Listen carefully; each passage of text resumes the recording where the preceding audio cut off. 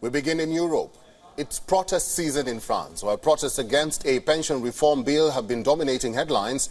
In a first, protesters, including eco-activists, have now started protesting in western France against the construction of a large water reservoir for agricultural irrigation. The clashes took a violent turn when demonstrators clashed with the police and converged on the site of the planned reservoir in the rural district of Sainte-Soline.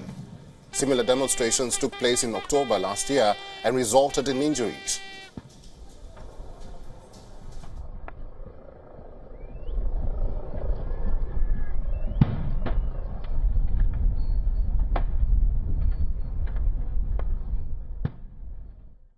On espère qu'on sera entendu, même si que ça va remonter et qu'on arrivera le plus possible à freiner le projet, quoi. Police fired tear gas to disperse protesters who threw fireworks and other projectiles as they crossed fields to approach the fenced-off construction area. And at least 2 police vehicles caught fire.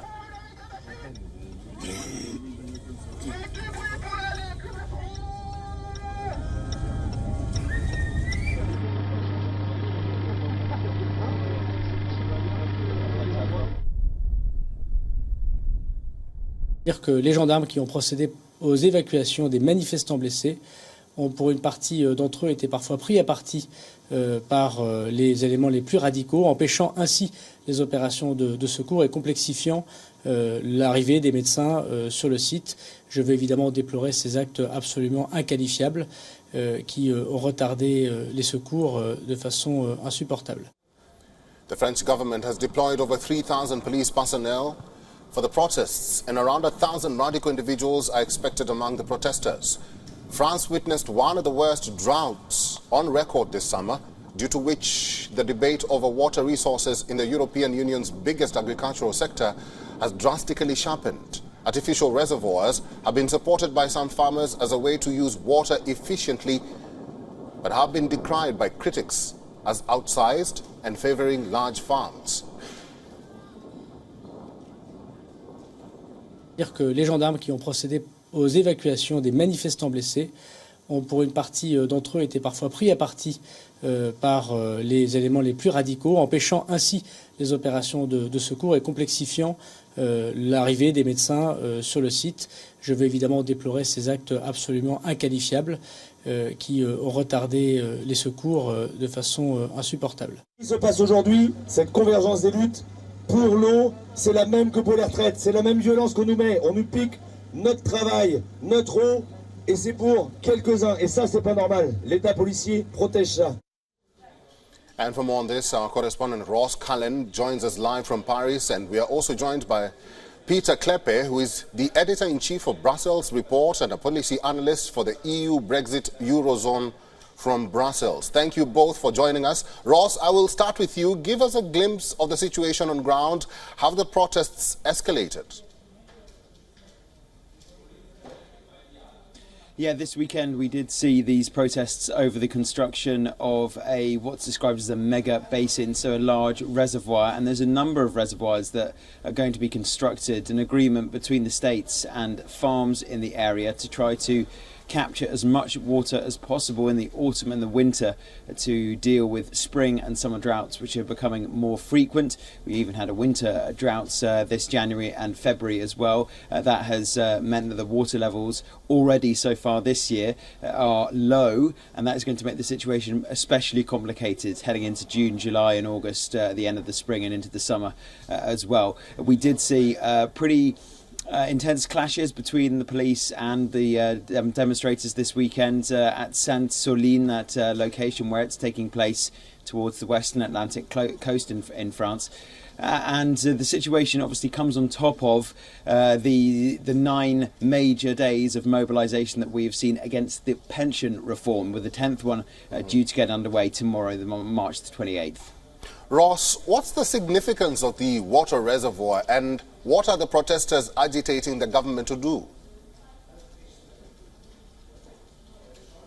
Well, they don't want to see the construction. They say that it is going to be impacting the local environment to a detrimental degree. They think there are other ways that should be thought through rather than constructing enormous reservoirs in a place which is already under pressure environmentally from the ongoing drought. So they do want to see the halting of the construction of these reservoirs. It's not an isolated example. We have seen previous attempts in previous years to build such reservoirs, usually met as well with protests by environmental activists, and this is the latest example of that green push to try to deal with the water shortage that we have at the same time as trying to reflect environmental concerns. Peter, let me come to you. Let's talk about the wider scope. Campaigners say construction of giant water basins to irrigate crops will distort access to water amid drought conditions. Are their calls justified? Well, to be honest, that's always hard to say. I'm sure there's some legitimate arguments to back up their complaints. I'm sure that there's some legitimate arguments from the farming side, as you could hear. In the summer, there's been a lot of droughts, so it sort of makes sense to to expand reservoir capacity. But I think fundamentally, look, France is a country that is quite keen to protest. But it looks like many people are losing trust in the judicial system to maybe legally challenge these kind of ventures, or in the democratic process to contact their elected representatives and to go in that direction. Many of them sort of do not even seem to believe in that anymore, and fundamentally that's also true for the larger environmental movement. Where we can see across Europe, especially the climate activists, I think radicalizing in their actions, sometimes not even shunning violence. Let's talk about the reality here. France is fretting about an extended drought and prospects of more wildfires in another long summer. What can be done right now by the authorities to avoid this from turning into a disaster, Peter? Well, I mean, to sort of build up reservoir capacity seems like the most obvious fix. Of course, we're talking about large-scale farming. You know, this is France. We're not talking about some modest family farm or something. So this is industrial-scale farming. So I think it's kind of hard to come up with solutions that are not going to impact the environment in one way or another. If you take an absolutist extremist view, then any water reservoir is always gonna damage the environment. So obviously this has to be limited. But if you want farming, if you want industry, if you want food security, then you have to accept that environmental concerns need to go hand in hand with economic concerns. I've been talking to the editor-in-chief of Brussels Report, Peter Kleppe, and our correspondent, Ross Cullen. Gentlemen, thank you very much for your insights today on WION World is One. After a devastating tornado that ravaged parts of Mississippi and West Georgia, the region is now in for another round of thunderstorms. The tornado outbreak that was described as large and extremely dangerous by the National Weather Service killed at least 25 and left dozens others injured in Mississippi. Georgia governor declared a state of emergency for parts of Georgia as the tornado stayed on ground for about an hour and cut a path of destruction affecting at least 270 kilometers. In Rolling Fork, a town of around 1,900 residents in western Mississippi was hit the hardest. Homes were reduced to rubble, tree trunks snapped like twigs, and cars were tossed aside like toys. The tornado even affected town's water tower that lay twisted on the ground.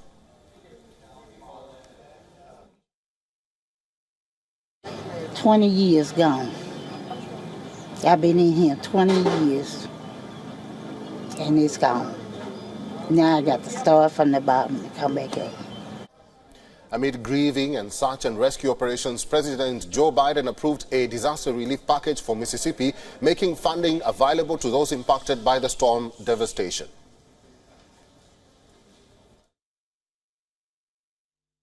Help, send help. We need help.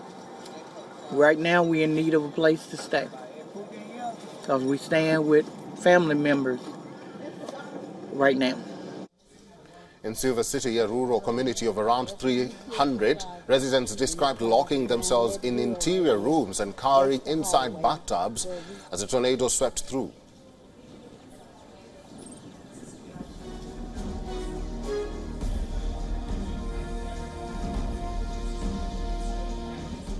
I had to close my eyes. I couldn't take any more. I couldn't take no more. No. It's so devastating going that way. As Georgia, Louisiana, Mississippi and Alabama brace for more tornadoes, help began pouring into one of the poorest regions of the United States, while search and recovery crews resumed the daunting task of digging through the debris after hundreds of people were displaced.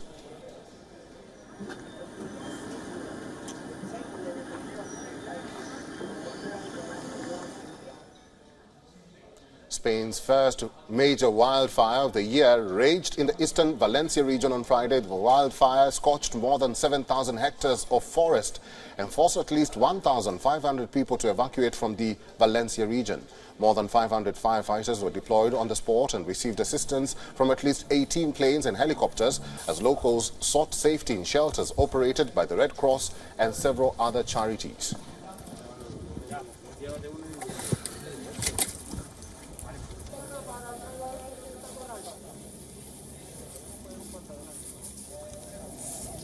Estamos ante el primer gran incendio, por desgracia, de este año y además se está produciendo fuera de temporada, ¿no? Quiero, por tanto, expresar todo el apoyo del Gobierno, del Ejecutivo Central, a los servidores públicos que están luchando contra el fuego, a todos los ciudadanos y ciudadanas que se están viendo afectados por la devastación de las llamas, especialmente aquellos que han tenido que evacuarse y que han tenido que abandonar en consecuencia su hogar.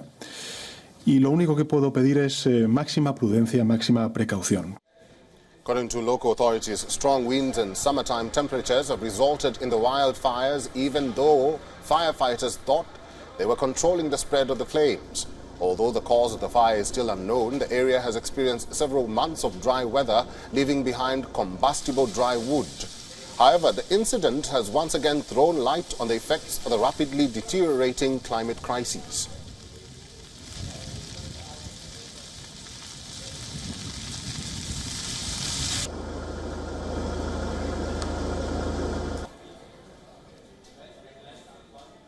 According to the European Commission, wildfires burned down nearly 2 million acres of territory in Europe last year, which is more than twice the annual average over the previous 16 years. Over 490 fires destroyed more than 750,000 acres in Spain alone.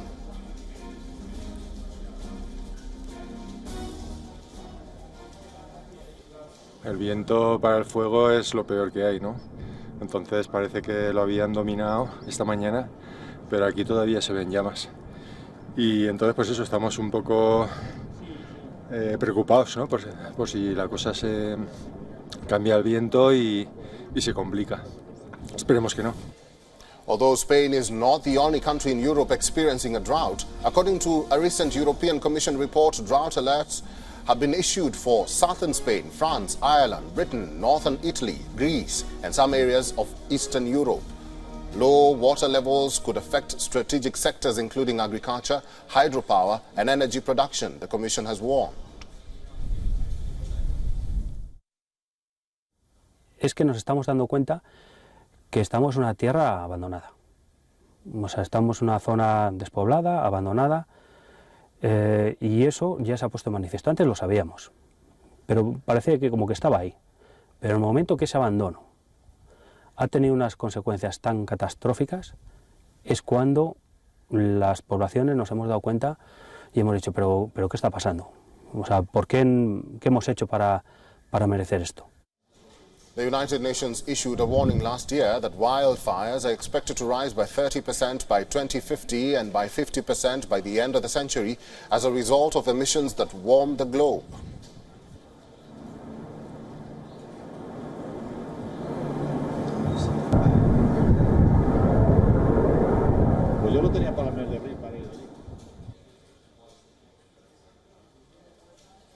Our next report comes from Berlin. The fight for German capital to become carbon neutral comes to the end. Turns out, not enough voters in Berlin supported a push to make the capital city carbon neutral by 2030. The results from a referendum were declared on Sunday. A small majority, over 50% of voters, did support the motion. However, the overall turnout was less than 50% and not enough people voted in favor of the motion for it to become a law. Roughly about 400,000 people voted in favor and roughly about 420,000 voted against in the referendum, even though Berlin.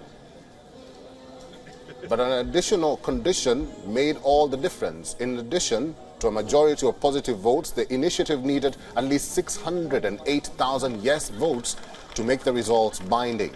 City officials had earlier urged voters to reject the proposal as it was initially put forward by environmental groups in a public petition arguing that it was unrealistic and unachievable. But what was the proposal? Berlin, like Germany as a whole, currently aims for a 95% reduction in net carbon dioxide emissions by 2045, compared with 1990 levels. But had it been approved, the proposal would have set the city's government a legally binding target to achieve climate neutrality in 7 years.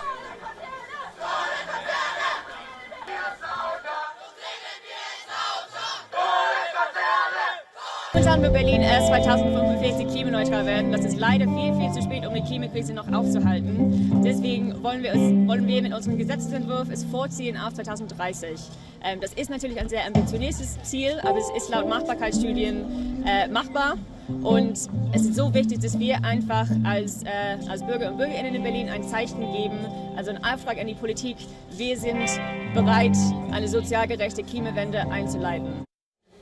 A grassroots group that had initiated a proposal had argued that Berlin's current target is not in line with the 2015 Paris Climate Accord, which aims to cap global warming at 1.5 degrees Celsius compared with the pre-industrial average, due to which the centre-right Christian Democratic Union had opposed the earlier target.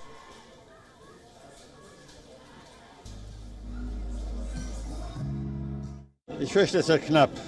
Ich glaube, es sind so viele Realisten darunter, die sagen, ach, bis 2030 geht nicht. Stimmt wahrscheinlich auch, aber ich glaube, man muss ja trotzdem der Politik ambitionierte Ziele setzen.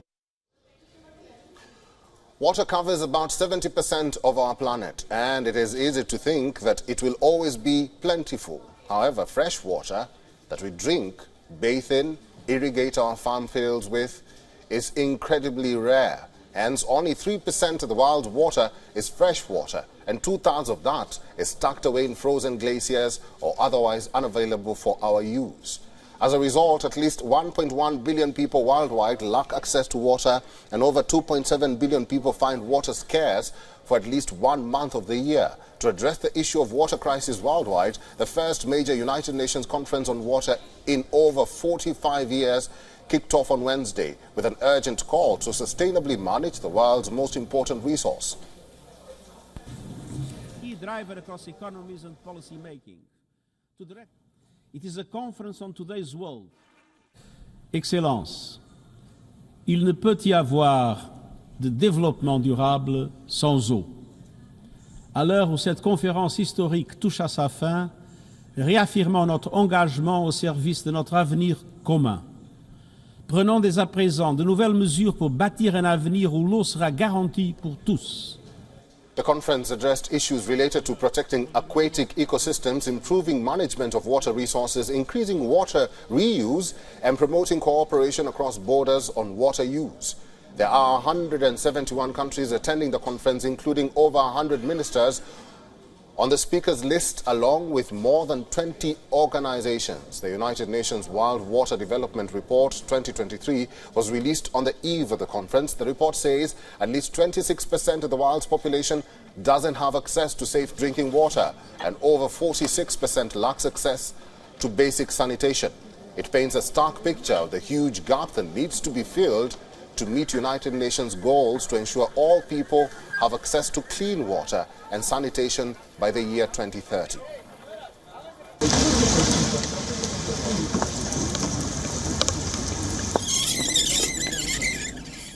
This conference demonstrated a central truth. As humanity's most precious global common good, water unites us all. And it flows across a number of global challenges. Water is about health, sanitation, hygiene, and disease prevention. Water is about peace. Water is about sustainable development, fighting poverty, supporting food systems, and creating jobs and prosperity. Water is about human rights and gender equality.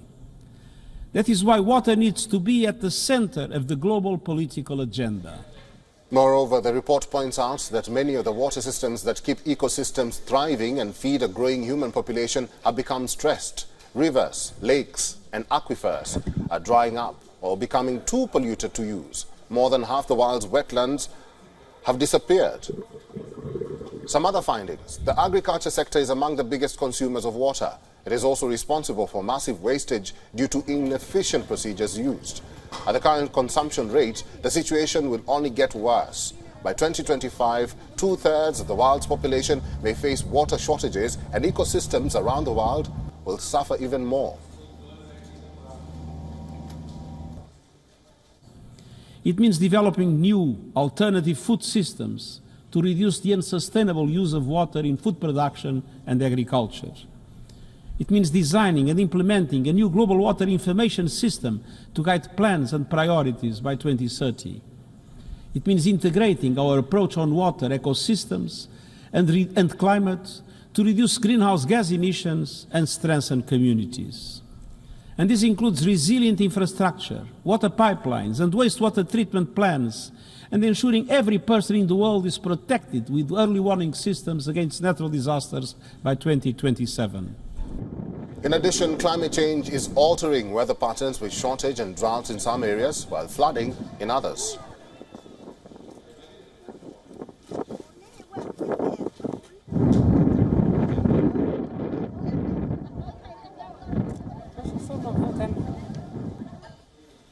Spring is officially here as cherry blossom trees in Washington, D.C. are nearing their full bloom. The cherry blossom trees were given as a gift from the mayor of Tokyo over a century ago, and they attract over 1 million visitors to the Washington, D.C. area. We leave you with this report. Thank you very much for watching this edition of WION Climate Tracker.